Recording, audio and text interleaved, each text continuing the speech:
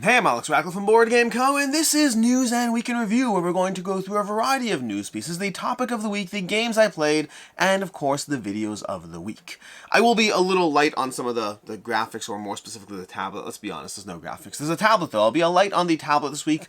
Unfortunately, unfortunately, I'm light on the graphics. Fortunately, I'm headed to PAX East very shortly, but that means I'm running a little bit lower on time than I normally am for a typical week. It's going to be a cramped week with a lot of things trying to happen. Anyway, there's been a lot of travel recently. I had Gamma, then I have PAX East, and then I have I'm going to Adam at the Gamers Ranch. Adam is a event with Inside Up Games, Eagle Griffin Games, and Queen Games, where they basically showcase a bunch of their upcoming games to a variety of content creators. But that means there's a lot of travel this month. It's a lot, and so I'm running a drop behind, but that is not unusual for me. My life is pretty hectic, but I very much enjoy what I do, so I'm grateful for it. Anyways, the point was that there's no tablet this week. So let's go ahead and dive into it. Let's go ahead and dive into the news. Starting off though with we'll go through a bunch of things over here, but let's start off first with Tangerine Games picking up Megapulse. Megapulse was a crowdfunding game that I really enjoyed. It actually came out. I think it came out. We had Death Road All Stars, Tiny Turbo Cars, and then Megapulse, all at the same time, roughly the same period in crowdfunding, and they're all racing/shooting car games. And now obviously we have Thunder Road Vendetta, which is the one that completely knocked the rest out of the water. But as far as those three games go, I enjoyed all three of those games, but for me, I think Megapulse was the one I enjoyed the most. Unfortunately, it's the one that also had the most issues in terms of actually arriving. Tiny Turbo Cars is here, Death Road All Stars is here, and Megapulse unfortunately never really delivered. The creator ran into some issues in terms of being able to actually finally deliver, and Tangerine Games is picking up the project. So Tangerine Games, who have done Nestlings, they have some upcoming campaigns as well, they are picking up Megapulse, which means a few things for you. One is if you missed out on this, you have the opportunity to go ahead and late pledge now. I'll include a link down below. I'll include links to all the various news stuff down below. But if you are interested in Megapulse, first of all, you can check out my original coverage of the game. You can check out a variety of other creators' original coverage of the game and see if it's a game for you. But effectively, you could go ahead and get it if you missed out on the original crowdfunding campaign. They will have a Hive late pledge up to go ahead and get your hands in it. If you are already a backer, don't confuse that with a Pledge Manager. They're going to go ahead and be entering the Pledge Manager phase after that. First, they're opening the doors. And this is normal when a new company takes over from an existing company. Effectively, part of what has to happen is the new company has to take over a project that wasn't managed properly with where it needs to be ultimately. Generally, I don't know 100% what's going on in this one, but I assume it's the usual case of, I assume it's the usual situation where you have a creator taking over some degree of not being able to cross the finish line, which means it's usually helpful if that creator has more funds. So the very first thing they usually do is they usually go ahead and open the gates to those who didn't get access to it the first time, and then from there they'll continue delivering the project. And I assume we'll look at a relaunch and not relaunch, a reprint and expansion down the road, I assume, but who knows. But either way, point is you can get your hands on Megapulse if you missed it, and if you're a backer, just wait for the late pledge later. Nothing to do yet. Past that, we have a few things coming to you from Renegade Games, who've taken over Hasbro's library for the most part. We have Risk 2210 coming out again. Risk 2210 is a game I loved back in the day. I never really got heavily into regular Risk, but I loved Risk 2210. That was a game that I would play Risk 2210 today. Like, I don't think it would hold up, but I would play it today. I think I kind of want to play it today. I loved Risk 2210. It's basically Risk, but there's also a moon, and there's water, and there's commanders who all have special abilities. It almost felt a little bit more gamified than your typical Risk. I had a lot of fun with it. I used to play it Saturday afternoons all the time. I have fond memories of it, and it's getting a reprint. I don't think it's getting any changes, but it's getting a reprint. We also have Nexus Ops coming back as well. I mean, on its third or fourth iteration at this point, but Nexus Ops is continuously being reprinted. It is, again, a game that manages to hold up despite being an older title. Speaking of older titles, we have Capstone Games picking up Indigo. Indigo is a Reina Knizia title. That's one of those tile laying games, very similar to Tsuro, although I vastly prefer Indigo to Tsuro. I still have it in my collection. Play with my kids all the time. It's a fun game. It's a lighter game. It's definitely a lighter experience, but it's kind of coming back. It's being rethemed to Butterfly Garden. So Capstone Games is producing Butterfly Garden from Reina Knizia, which is a retheming of Indigo. We have We have Haba. Haba is exiting Insolvency. I don't have a lot of information on this one. I'll link to the news article down below. But basically, I talked about it maybe 6-7 months ago. Haba basically went through some degree of bankruptcy and insolvency, and they are exiting that process now with some degree of restructuring. We have Cranio having a bunch of games lined up. They have Bauer. They have My Shelfie Dice Game. So My Shelfie Dice Game, which I think Lucky Duck is... Wait, I thought Lucky Duck. maybe it's together with Lucky Duck again, because I believe My Shelfie was from Cranio and the distributor by Lucky Duck, and I guess My Shelfie Dice Game is probably going to be the same category. I don't know about their other titles. They have a relationship with Lucky Duck, but I don't know if it's all across the board relationship. But I don't know if it's every game, but they definitely have a relationship with Lucky Duck Games. We also have War of the Ring coming out with a new expansion. I should say that more carefully. War of the Ring, the card game, is coming out with a new expansion. War of the Ring, the card game, launched 2 years ago now-ish. When did I play it? Was it Gamma of last year? No. Earlier than that, I think. Anyways, around a year and a half ago, so War of the Ring, the card game, came out. They already had one expansion, and they now have their second expansion, the Fire and Swords expansion, coming out to the game. It's so fat. No, I don't. I was going to say I wish I liked that game more than I do, but I don't. I have plenty of games that I don't have enough time for anyway. I'm totally comfortable not liking a game. War of the Ring, the card game, was a game that I think a lot of people really enjoyed, and I understand why. For me, I liked it. I didn't love it, and my complaints were more about the fact that I felt it was a game that would be best if you played it a lot. Not just once or twice, but a lot. Versus I felt it kind of give me the same vibes as other game systems that I like more that didn't require that degree of knowledge around the system. Like, there were a lot of... I think any game benefits from being played more, but War of the Ring, the card game specifically, a lot of things will, like, grab a card from this deck that, like, clearly implied a level of knowledge around the game. And I only played it once, to be clear. I never reviewed it for a reason. But I enjoyed the experience. I had fun. And I was like, I don't think I'm going to appreciate this game unless I'm playing it a lot. And I just can't be bothered to do that. I mean, there are games I play a lot. But I usually have to like you more from the get-go. Anyways, that's a random, weird mini review over there. We have the Gamefound Feast. The Gamefound Feast came out this past week. Usual disclaimer that I'm CMO of Gamefound, but the Gamefound Feast came out this past week. It is a news, it's a press event type thing. It's a news, that's not true, it's not a press, it's a marketing event. It's a marketing event where a bunch of campaigns all go together and they're like, hey, here are these campaigns that are coming out over the next year. There were a bunch of campaigns there. First of all, God of War, I forgot to talk about this. God of War is launching over on Gamefound. You can check out the following page. You can go follow the campaign, but God of War is going to be a 1 to 2 player dungeon crawler from CMON, which is a 1 to 2 player dungeon crawler is already interesting. I'm very intrigued as to what's going on there.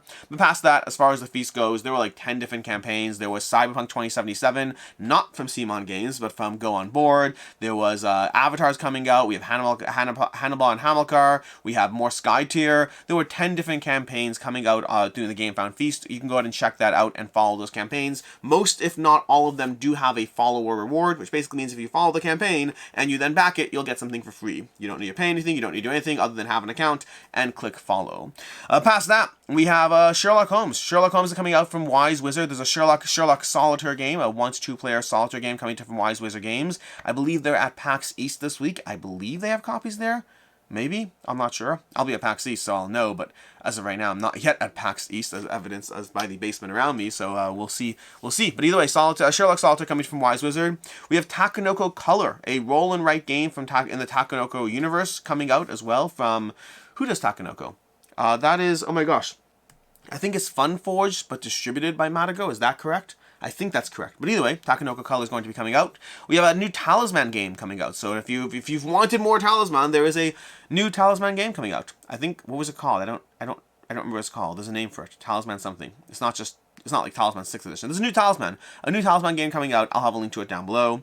We have Star Wars Unlimited is doing very well, apparently. Basically, Fantasy Flight released a statement basically saying, hey, Star Wars Unlimited, we were hoping it would do well, and you guys blew our minds. It has done better than any other game they have ever released. The starting sales of Star Wars Unlimited, better than any game they've ever done before. Which is good for them in the sense that a lot of people, myself included, were skeptical about how well Star Wars Unlimited would do because Fantasy Flight has not had a great history of releasing CCG products. They've done great with LCGs, but in actual TCG, they have not done as good with those in terms of supporting actual collectible products and seeing them last a long time. And because of that, a lot of people are skeptical. But I've also seen a lot of people really enjoying Star Wars Unlimited. I've been trying to play it so hard. I know the rules, I know how to play it. I have not managed to get it tabled yet, but a lot of people have been enjoying Star Wars Unlimited. The reception has been great. The sales have been great. They've planned around this. They've seen what happened with Lorcana, where a lot of people kind of got burnt out right off the bat by the lack of availability, and they prepped for like being sure to... It's the weird balance. As a company putting out a product like this, you can't print an absolute ton, because if it doesn't sell, you're in the hole for an absolute ton. You devalue your entire brand. If you don't print enough, you might burn people out who are not interested in paying twice the price of a product when it just launched. Like, again, I was all in for Lorcana. I was like, I'm going to buy everything Lorcana, and then I was like, nope, never mind. I remember what TCGs are like, thanks to this being very, very scarce right now, and I immediately tapped out. I was like, I still have Lorcana, I'll still play it, but I went from being like, I'm going to try this out properly to I'll buy commons and uncommons on the cheap and stuff like that. So yeah, that kind of thing that can happen. So there's a delicate balance to getting it right, and it's a hard balance to getting it right. It sounds like they lined up. Without reading into their message, it kind of sounds like they lined up the ability to rapidly print new content depending on how well it was received. So like, they're not like printing an absolute ton, they're printing whatever they think they need and then some, and then being prepared to hit go if they need to get stuff very quickly. So it sounds like they have that all lined up. They put out a nice basic statement saying, hey, we're here, we want to support things, the content we do have, we're releasing in waves to make sure that there's not a lot and then nothing, but we're releasing it slowly so that we already are prepped for the new stuff coming out as soon as we can. So kudos on them to planning around that, and for their sake, I hope it's a hit. For my sake, I think I'm going to stick with it casually. The whole Lorcana thing reminded me how quickly TCGs can drain your money, like so quickly if you're not careful. And I spend money on board games. Board games are where my hobby lies, and I'll happily engage in these TCGs, but I don't think I can go all in. I don't think I can, but I still want to play it. I still actually want to play it. And then lastly, we have a video from the Launchboom. They put out a video on the dollar Launchboom strategy. I don't know if it's their strategy, but the Launchboom put out a video talking about the dollar newsletter strategy and why they do it, how it's effective, all those things. I am going to link to it down below because I believe in seeing different sides of a conversation. For me, my stance, I've said in a few videos, my stance hasn't changed from seeing that video. I think it is a tactic that has its right place, and I think for the most part, the board game space doesn't seem to be loving that tactic, or at least enough people don't love that tactic. There are some who are totally fine with it, but I think a large enough segment of people are not a fan of it that companies should be wary of engaging with it despite that feedback. That said, I am a big fan of seeing the opposing viewpoint. I'm a big fan of giving people whatever voice, so if you are interested in seeing someone else's perspective, go ahead and check that out. Obviously biased because CEO of Launchboom. Then again, I just put out a video this past week on Gamefound versus Kickstarter, so I think bias is one thing, but you should still look at the message behind the bias and decide whether you agree with it or not. Moving on to the topic of the week. Topic of the week this week is going to be, and we actually have a topic of the week, which we don't always have, but we do, and the topic of the week is don't fix what isn't broken. Or it's a little more complicated than that, because I don't know if that's actually the topic. That is one possible takeaway, but I'm not even sure if that's the right takeaway. And this is inspired completely by The Dead Keep. You see, The Dead Keep is a game that I've played it, by the way. I will talk about that soon. I will talk about it soon. But I played The Dead Keep. I enjoy The Dead Keep. I'll tell you right now, it is sponsored content. Take that into account. But just so we're on the same page, I might do a review anyway. I've been deciding, like, I want to play the next scenario, but like, I wanted, whatever, we'll get to that soon, I'll talk about it later. But while reading the rules for The Dead Keep, it became imminently clear to me, just reading the rules to prep for playing it, that I was like, this is built on Zombicide. And the question is, does it feel like Zombicide, or does it feel different? Could this just be another Zombicide variant, or does it feel like it's branching out enough that it's its own thing? Because it's very much built on the Zombicide system. There are dozens and dozens of similarities between the two games as far as the general phase structure, how they operate, how the enemies move, how they act, how you act. All heroes have 3 activations. There's between 4 to 6 heroes. There's spawn points. Everything is like so similar. Yet there's differences. There's also differences. There's monsters, which are kind of like abominations, but different. They're a different thing. You can no longer search inside buildings. Now they drop loot tokens instead. There's an ultimate boss that you're trying to fight. That's why you're diving into this dungeon. There's a campaign mode. There's progression. There's talismans. There's these new concept called talismans that kind of boost your stats, and they progress with you as you go through the game. There's different aspects as far as how the enemies activate. Enemies can now attack multiple times. So now instead of just attacking once, enemies will often be like, hey, I attack twice and deal 2 damage per hit. And you're like, oh, that totally changes everything. So you roll an armor roll against each attack if you have armor, because armor, which is still present in Zombicide, that concept is exactly the same. If you have a shield, it buffs your armor. If you don't have armor, your shield is armor. So there's so many similarities and differences between the two game systems that it is fascinating. It should almost be called The Dead Keep, a Zombicide game. The problem with that, and I said this in a comment, is Simon's kind of screwed if you do, screwed if you don't. Darn if you do, darn if you don't. The basic idea is if they call it a Zombicide game in any way, shape, or form, you might think it's just another Zombicide variant. And from playing it, I think it is more different from Zombicide than your typical Zombicide variant. So I think that would do a disservice to the game. Many people who have Zombicide would say, oh, I don't need more Zombicide, and they wouldn't get it. which I think hurts the marketing of it, and I think hurts the reason for you to get it. But the flip side of that is if they don't put that on the box, then people are like, why are you trying to sell Zombicide by not calling it Zombicide? So they're kind of in trouble no matter what they do as far as how that goes, and I think it's a reasonable complaint. Myself, my own 2 cents from it is, I think it is more different from a Zombicide system than any Zombicide game I've played till now. Even Marvel Zombies was a decent break from the typical Zombicide formula, and I think this is more different than Marvel Zombies is. Yeah, I think it's more different. I think it's overall more different than Marvel Zombies was to the franchise, although Marvel Zombies was a Zombicide game, and so I think that makes sense. But at the same time, the flip side of that is I do think it also feels like Zombicide. I think if you like Zombicide, you are primed to like the Dead Keep. But if you don't like Zombicide, you might still like the Dead Keep. It does almost feel like, and people have called this out, it does feel like a mishmash between Zombicide and Massive Darkness. Like, it leans into a lot of the things Massive Darkness do. Like just to give you context, I played the Dead Keep, and I thought to myself, I'm not doing this, but I thought to myself, do I need Massive Darkness? Like, do I need all that content? Like, I kind of like what the Dead Keep is doing, and I don't want to overhype the Dead Keep. I think it's a very good game. I think I enjoyed it a lot. I might do a review of it. We'll see what happens. But I guess the point, this is all background and framework for the topic, which is don't fix what isn't broken. You see, I think there's merit to the idea of taking a system that people like and saying, hey, we don't need to reinvent everything. We don't need to reinvent the entire action system, how line of sight works, how you progress, all this stuff. Like, you level up the exact same way you get to experience every time. They're not called experience points, they're called AP, they're called advancement points, whatever. But, like, I don't know, like, some things are stupid, but whatever. Like, well, calling it an advancement point as opposed to an experience point, that's just a meaningless technicality that is unnecessary. But past that, don't fix what isn't broken. If Zombicide works as a system, then you want the best of both worlds. You want to be able to create something new to appeal to new gamers, or to new people, or to people who Zombicide didn't work for. But also, building on the foundation of something that works has a merit. The tricky part and the dangerous part is how similar do you want to get so that it just feels like that thing, versus how different do you want to get that you're risking not building something good.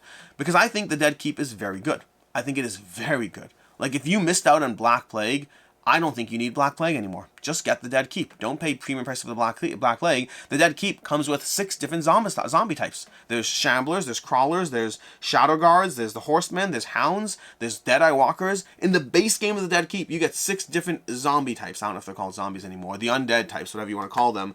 Like, that's something that I've been clamoring for ever since the Black Plague. I've been clamoring to have a lot of zombie types in a game. And they took the best ones, they made them better, they made them more different, and they put them into the game. And when I say they made them better, like, now the Horsemen are armored. So the Horsemen are a combination of runners and brutes at the same time. It's doing both. They require a 2-level weapon, and they have 2 activations.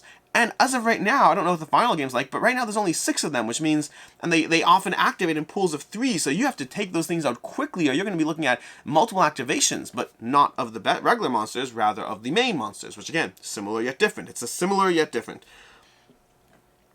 I think the Dead Keep is excellent. I think it's really well done. And it builds off of a system that I know I like.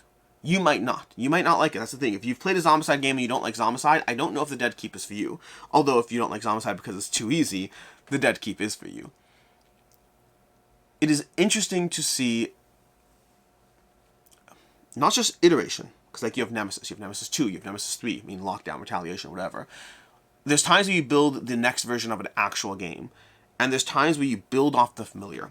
To a certain extent, Cthulhu Death May Die, Massive Darkness, all these games are built off the bones of what CMON has done well with their games time and time again. They have taken familiar concepts that have worked well for them and then iterated into different games that feel familiar yet different.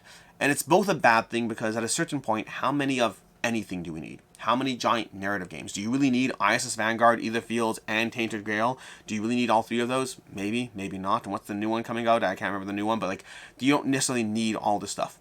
You don't need every area control game. You don't need every single Euro game. There's so many ways to convert things into victory points. There's so many ways. You get a this, you trade 2 of those for that. You go to the person over there, you take a worker placement action, you draft 2 of those, and now you have a point. There's so many games that do that, and you don't need them all. But I think building off what works has merit.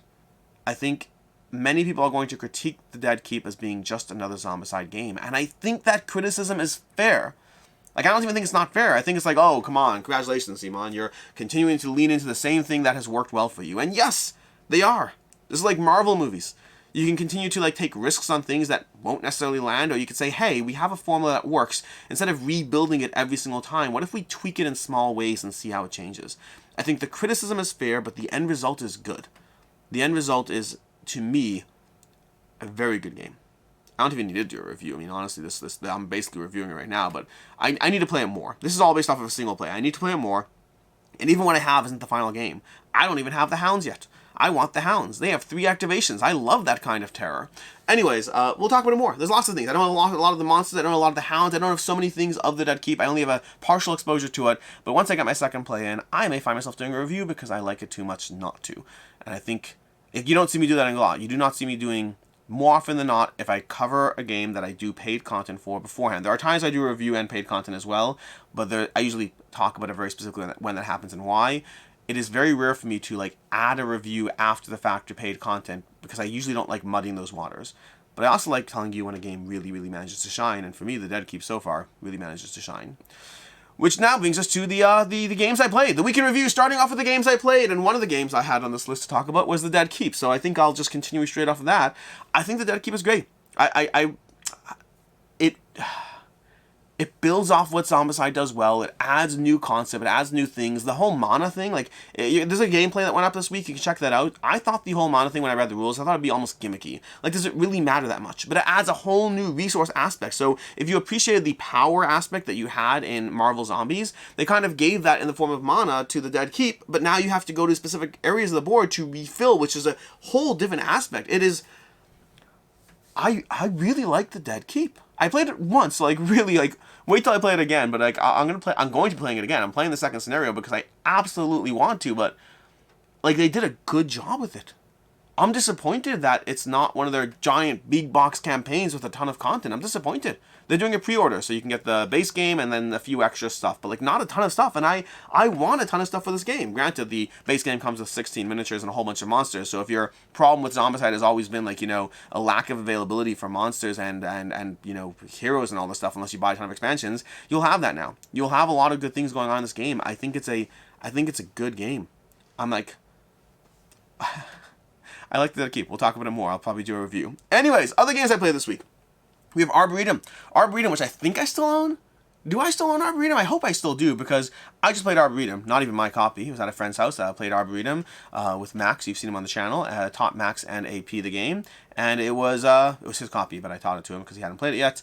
But I really enjoyed it. I've always enjoyed Arboretum. Arboretum has always been a fascinating game with just the right amount of screwers. It's a very, very mean and yet rewarding game as you play it. They all had fun. It was a great time. I now need to go check my shelf and make sure I still have it, because I'm pretty sure I still do. I'm pretty sure I was smart enough not to get rid of it the last time I was purging, but sometimes I get rid of games and then regret it. More often than not, I don't. More often than not, I'm like, nope, this is part of pruning towards the best possible collection. And other times I'm like, I don't know.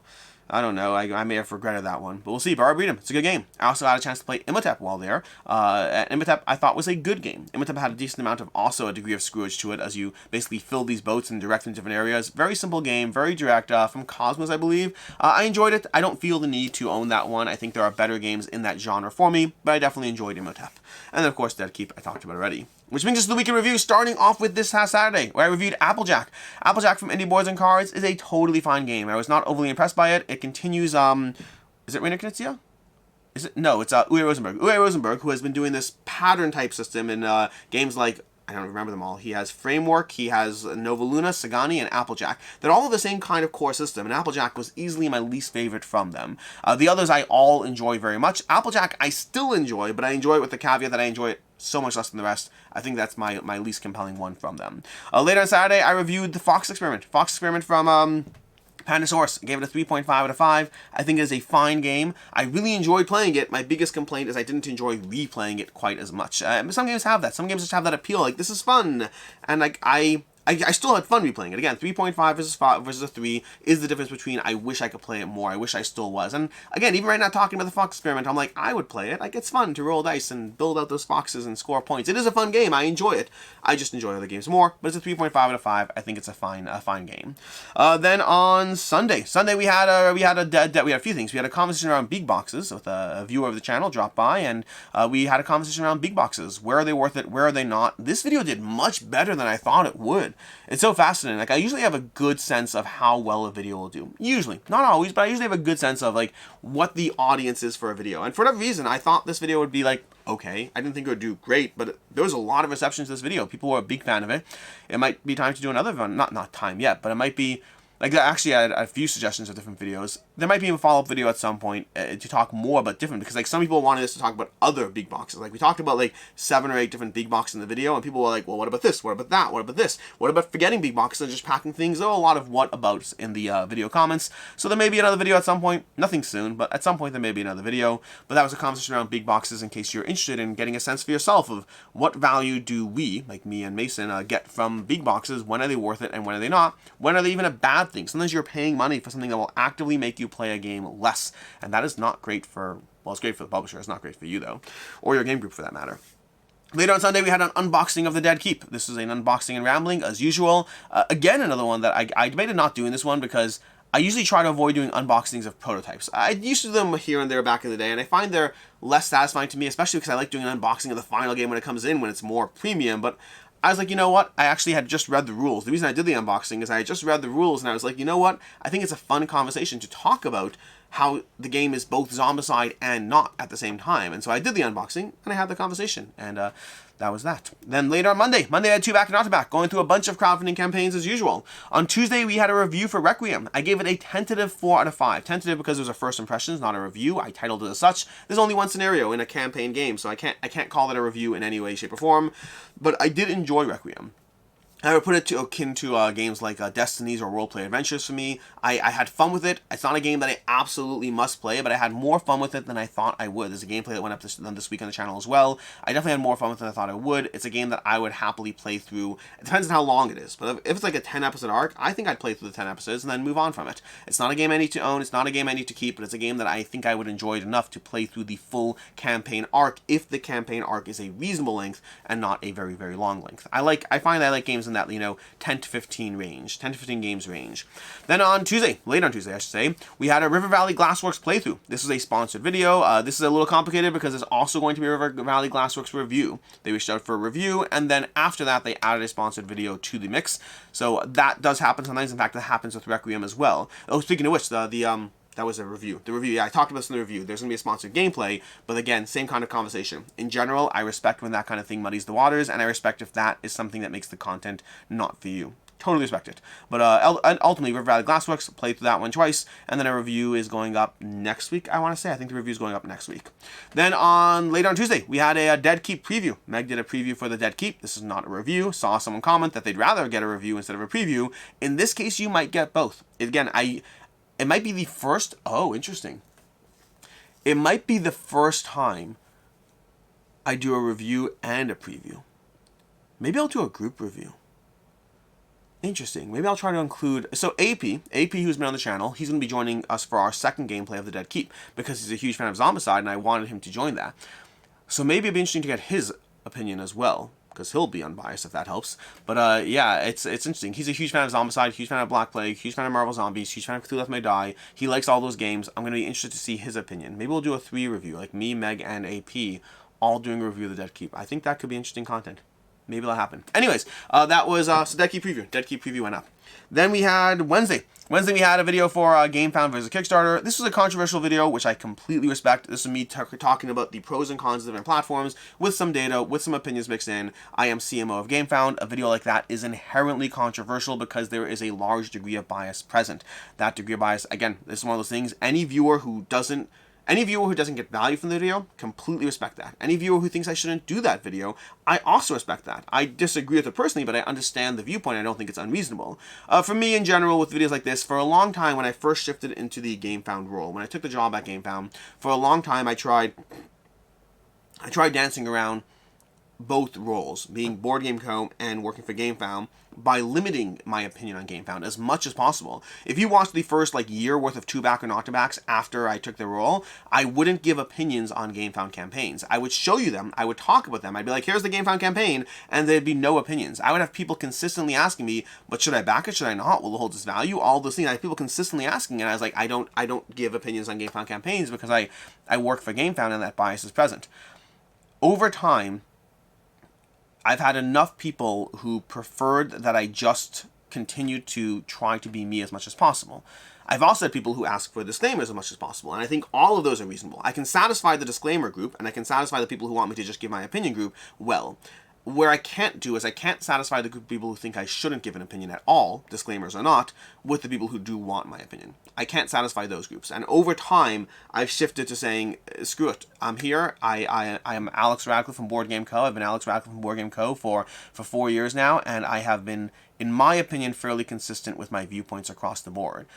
In my opinion, I understand people who don't trust me, but those people are probably not long-term viewers, and I'd rather cater to the people who know and like my content the most than the people who will find fault with my content the most. So the tricky part there is, by the decision to stop shying away from opinions around biased Gamefound content is an opinion that I've shifted into. I didn't start there. I started by trying to be more separate, and I've shifted towards being, screw it, on me, and you either appreciate what I do or you don't. And again, I understand anyone who does. Again, anyone who watches a video that has bias and says, I don't want to watch this because of the bias, I a million times respect that. But I'm still going to try to be me. I'll try to be as clear as possible about it, but I'm still going to try to be me, and just hopefully people are here for that, because, well, that's why I'm here.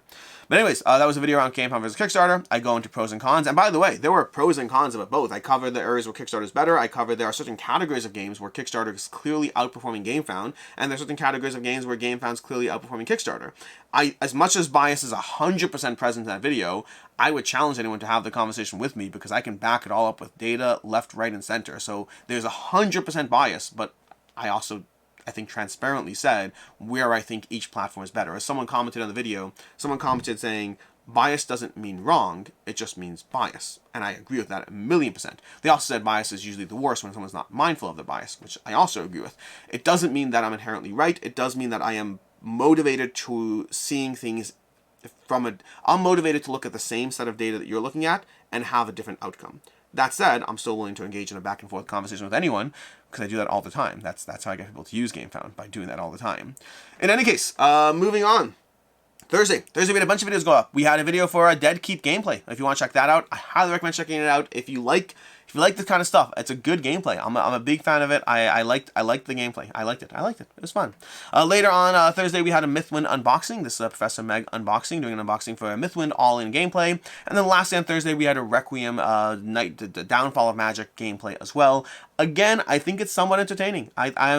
I don't know, I do a lot of gameplays, and I don't think they're all entertaining. I do not think every gameplay I do is entertaining. Some gameplays I do, and I'm like, after it, I'm like, I wish I hadn't done that. Like, I wish it just didn't work as well. The magic wasn't flowing. The vibes weren't there. I wasn't feeling as much. Sometimes when you do a gameplay, part of the tricky part about doing a gameplay is, for me to play a game without a camera on is less pressure. If there's a rule question, I look it up. I don't have to know everything in advance. There's less pressure on you to do it.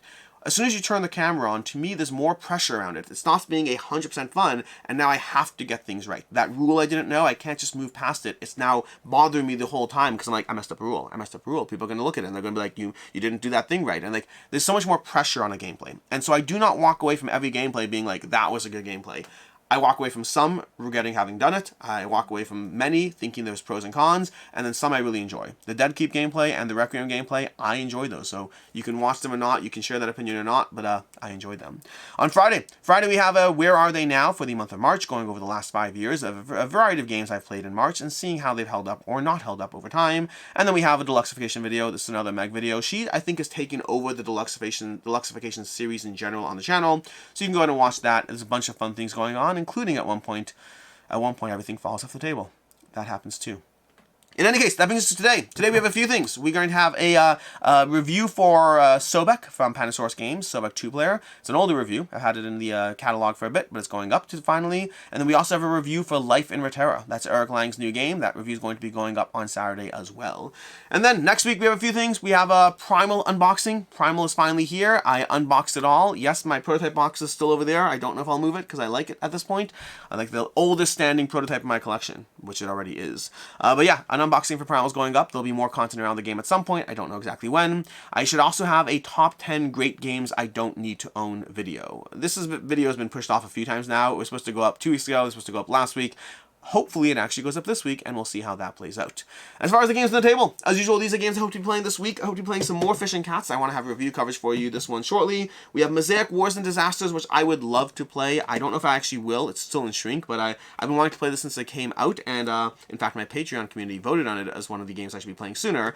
I'm not great at the Patreon voting. I mean, because I do the Patreon voting, or Patreon and Ko-Fi, I should say. I do the voting. I do a lot of things for Patreon and Ko-Fi members, and many of those things I think are present. I do consistent content, updates, videos, behind-the-scenes stuff. I do all that. But some things, I do giveaways. I do giveaways of games for Patreon and Ko-Fi. But I've always been bad at the polls, because I ask them what to play next, and then it gets hard to table those things with all the things that need to be tabled. But hopefully Mosaic Wars and Disasters gets tabled. I like Mosaic a lot. I've been looking forward to playing this, and I'm hoping to play it this week. We'll see. I'm optimistic. We have Dog Park, which again, I'd love to play this one this week as well. And then lastly, we have Space Line, Divide, and Conquer. As usual, I will not be playing all of these. I rarely get to all 4 of the games I show, but these are ones I hope to be tabling, and I usually get to at least 2 of them. And with that, that has been your news and week in review. Thank you so much for being here. I appreciate all of you. And until next time, I hope you have a good one.